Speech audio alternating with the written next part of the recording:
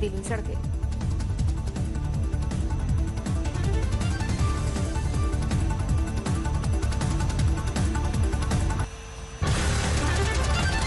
वाराणसी में फिर बढ़ा गंगा का जलस्तर, नाविकों के आगे गिराया रोजी रोटी का संकट।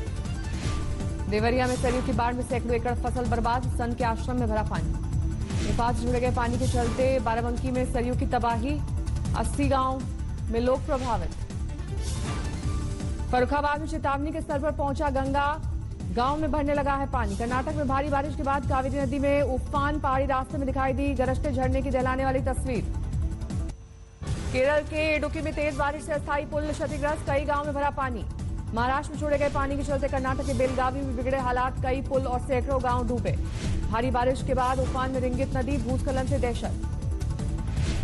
पश्चिम बंगाल में भारी बारिश, पानी में डूबा कोलकाता का सॉल्ट लेक का इलाका। मध्य प्रदेश के शिवपुरी में 3 दिन की बारिश से सैलाब से निकला मगरमच्छ, मोबाइल में कैद करने की मची होड़। डुअल रेयर कैमरा के साथ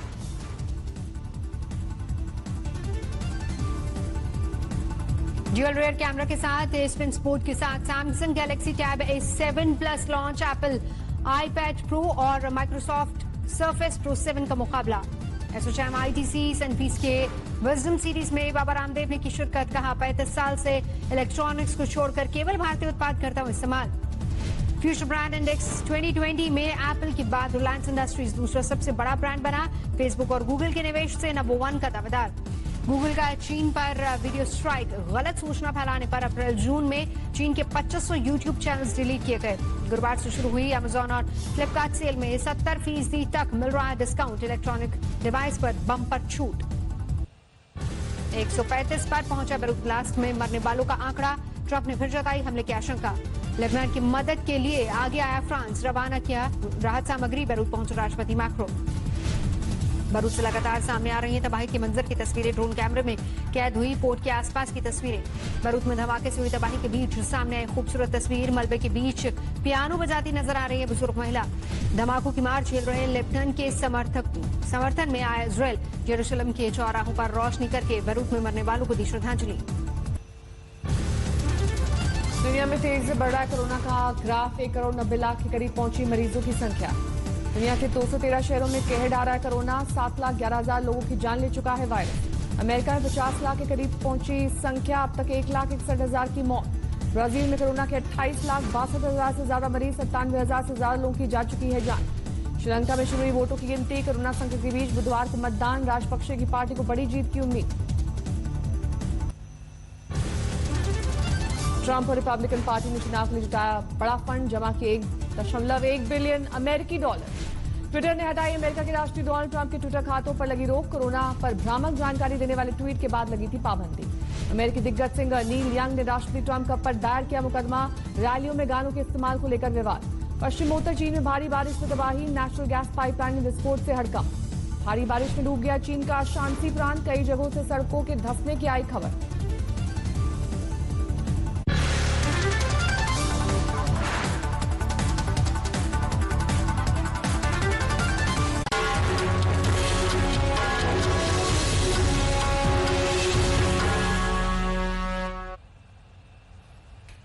और आइए अब आपको दिखाते हैं नई शिक्षा नीति पर प्रधानमंत्री नरेंद्र मोदी क्या बोल रहे हैं। अपनी शिक्षा व्यवस्था को अपनी नेशनल वैल्यूज के साथ जोड़ते हुए अपने नेशनल गोल्स के अनुसार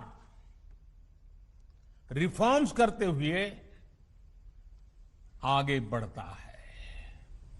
मकसद ये होता है कि देश का एजुकेशन सिस्टम अपनी वर्तमान और आने वाली पीढ़ियों को फ्यूचर रेडी रखे, फ्यूचर रेडी करे। भारत की नेशनल एजुकेशन पॉलिसी, राष्ट्रीय शिक्षा नीति का आधार भी यही सोच है। राष्ट्रीय शिक्षा नीति 21वीं सदी के भारत की नए भारत की फाउंडेशन तैयार करने वाली है। 21वीं सदी के भारत को हमारे युवाओं और हमारे युवाओं को जिस तरह की एजुकेशन की जरूरत है, जैसी स्किल्स चाहिए, राष्ट्रीय शिक्षा नीति पर इन बातों पर विशेष फोकस है। भारत को ताकतवर बनाने के लिए, विकास की नई ऊंचाई पर पहुंचाने के लिए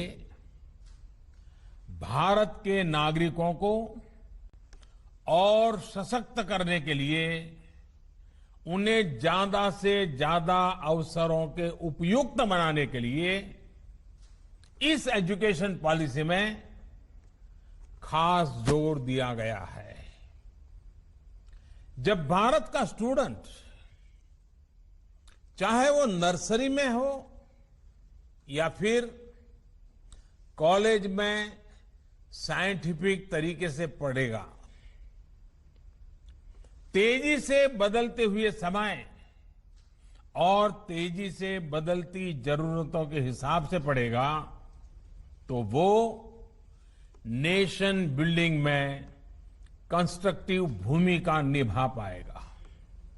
साथियों, बीते अनेक वर्षों से हमारे एजुकेशन सिस्टम में बड़े बदलाव नहीं हुए थे। परिणाम ये हुआ कि हमारे समाज में क्यूरोसिटी और इमेजिनेशन की वैल्यूज को प्रमोट करने के बजाय भेड़ चाल को ही प्रोत्साहन मिलने लगा था।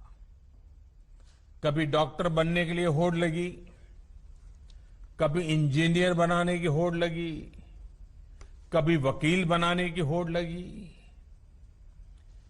इंटरेस्ट, एबिलिटी और डिमांड की मैपिंग किए बिना होड़ लगाने की प्रवृत्ति से एजुकेशन को बाहर निकालना जरूरी था।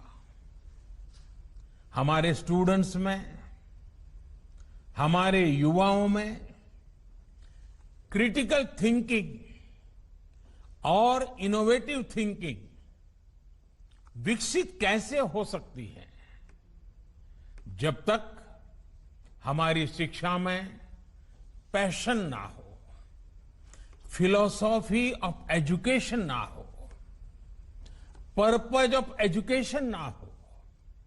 साथियों, आज गुरुवर रविंद्रनाथ ठाकुर की पुण्यतिथि भी है।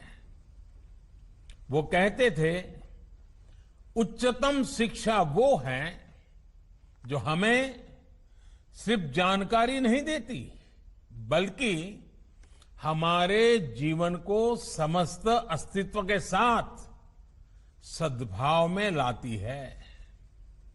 निश्चित तौर पर राष्ट्रीय शिक्षा नीति का बृहद लक्ष्य इसी से जुड़ा है। इसके लिए टुकड़ों में सोचने के बजाय एक होलिस्टिक अप्रोच की जरूरत थी, जिसको सामने रखने में राष्ट्रीय शिक्षा नीति सफल रही है। साथियों, आज जब राष्ट्रीय शिक्षा नीति मूर्त रूप ले चुकी है, तो मैं उस समय और सवालों की भी चर्चा आपसे करना चाहता हूं, जो हमारे सामने शुरुआती दिनों में आए थे। उस समय जो दो सबसे बड़े सवाल थे, वो यही थे कि क्या हमारी शिक्षा व्यवस्था हमारे युवाओं को क्रिएटिव, क्यूरियोसिटी और कमिटमेंट ड्रिवन लाइफ के लिए मोटिवेट करती है। आप लोग इस क्षेत्र में इतने वर्षों से हैं, आपने अपना जीवन शिक्षा के लिए खपा दिया है, समर्पित किया है। आप लोग इसका जवाब बेहतर जानते हैं। साथियों, हमारे सामने दूसरा सवाल था कि क्या हमारी शिक्षा व्यवस्था हमारे युवाओं को एम्पावर करती है, देश में एक एम्पावर्ड सोसाइटी के निर्माण में मदद करती हैं। आप सब इन सवालों से भी परिचित हैं और जवाबों से भी भली भांति परिचित हैं। साथियों, आज मुझे संतोष है कि भारत की नेशनल एजुकेशन पॉलिसी, राष्ट्रीय शिक्षा नीति को बनाते समय इन सवालों पर गंभीरता से काम किया गया।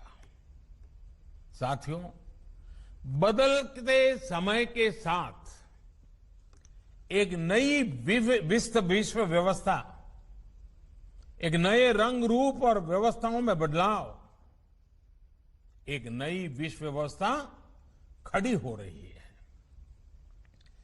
एक नया ग्लोबल स्टैंडर्ड भी तय हो रहा है। इसके हिसाब से भारत का एजुकेशन सिस्टम खुद में बदलाव करे, ये भी किया जाना बहुत जरूरी था।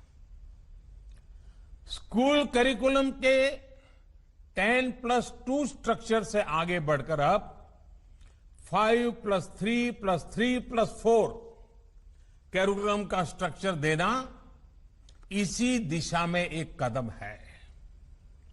हमें अपने स्टूडेंट्स को ग्लोबल सिटीजन भी बनाना है और इसका भी ध्यान रखना है कि वे ग्लोबल सिटीजन तो बने, लेकिन साथ साथ अपनी जड़ों से भी जुड़े रहें।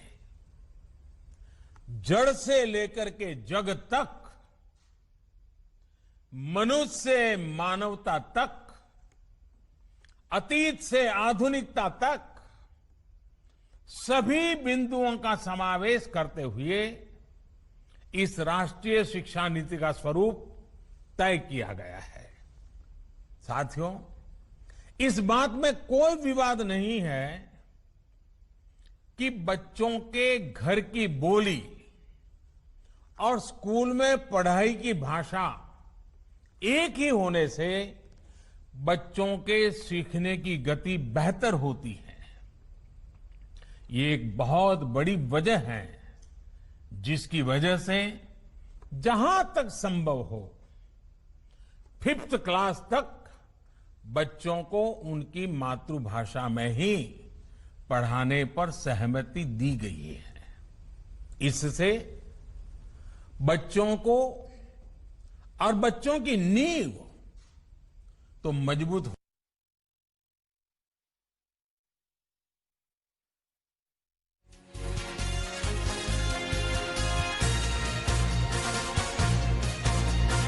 हाउ टू थिंक, उस पर बल दिया जा रहा है। ये मैं इसलिए कह रहा हूं कि आज जिस दौर में हम, और ये दौर ऐसा है जहां इंफॉर्मेशन और कंटेंट की कोई कमी नहीं है। एक प्रकार से बाढ़ आई हुई है।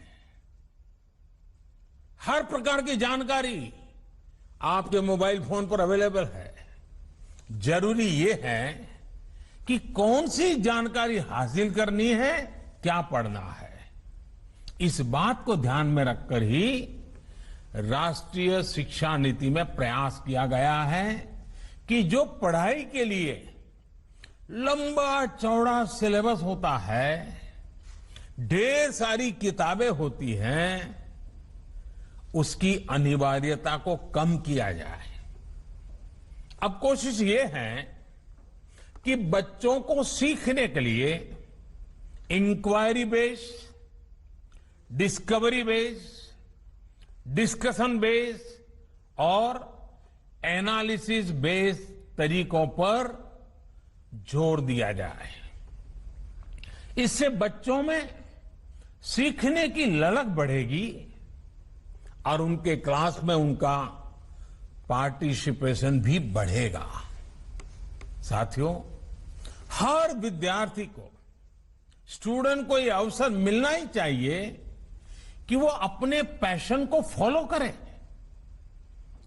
वो अपनी सुविधा और जरूरत के हिसाब से किसी डिग्री या कोई कोर्स को फॉलो कर सके और अगर उसका मन करे तो वो छोड़ भी सके। अक्सर ऐसा होता है कि कोई कोर्स करने के बाद स्टूडेंट जब जॉब के लिए जाता है तो उसे पता चलता है कि जो उसने पढ़ा है वो जॉब की रिक्वायरमेंट को पूरा नहीं करता। कई स्टूडेंट को अलग अलग वजहों के से बीच में ही कोर्स छोड़कर जॉब करनी पड़ती है। ऐसे सभी स्टूडेंट्स की जरूरतों का ख्याल रखते हुए मल्टीपल एंट्री एग्जिट का ऑप्शन दिया गया है। अब स्टूडेंट वापस अपने कोर्स से जुड़कर अपनी जॉब रिक्वायरमेंट के हिसाब से ज्यादा इफेक्टिव तरीके से पढ़ाई कर सकता है, लर्न कर सकता है। इसका एक और एस्पेक्ट है, जब स्टूडेंट्स को यह भी स्वतंत्रता होगी कि अगर वो कोई कोर्स बीच में छोड़कर दूसरे कोर्स में प्रवेश लेना चाहे तो वो कर सकते हैं। इसके लिए वो पहले कोर्स से एक निश्चित समय तक ब्रेक ले सकते हैं और दूसरा कोर्स ज्वाइन कर सकते हैं। हायर एजुकेशन को स्ट्रीम से मुक्त करने, मल्टीपल एंट्री और एग्जिट क्रेडिट बैंक के पीछे यही एक बहुत लंबे दूर की सोच के साथ हम आगे आए हैं। हम उस एरा की तरफ बढ़ रहे हैं जहां कोई व्यक्ति जीवन भर किसी एक प्रोफेशन में ही नहीं टिका रहेगा। बदलाव निश्चित है, मान के चलिए, और इसके लिए उसे निरंतर खुद को रीस्किल और अपस्किल करते रहना ही होगा।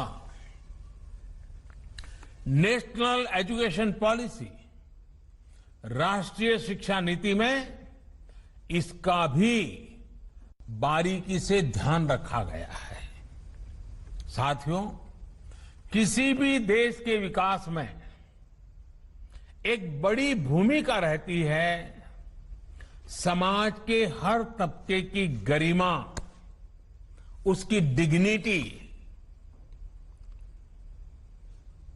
समाज का कोई व्यक्ति कोई भी काम करता हो,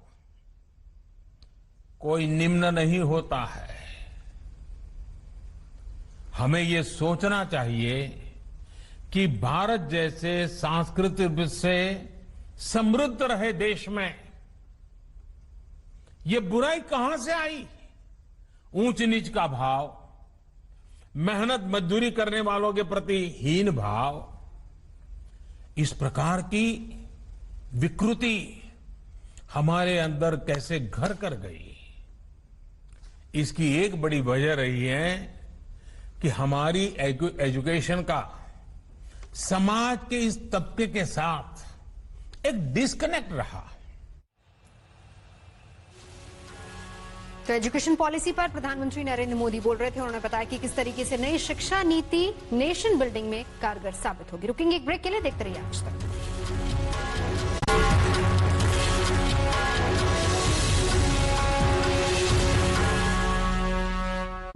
आज ईडी के सामने रिया की पेशी। सीबीआई ने रिया और भाई समेत 6 लोगों पर दर्ज किया केस। बीएमसी ने क्वारंटीन आईपीएस विनय तिवारी को छोड़ा।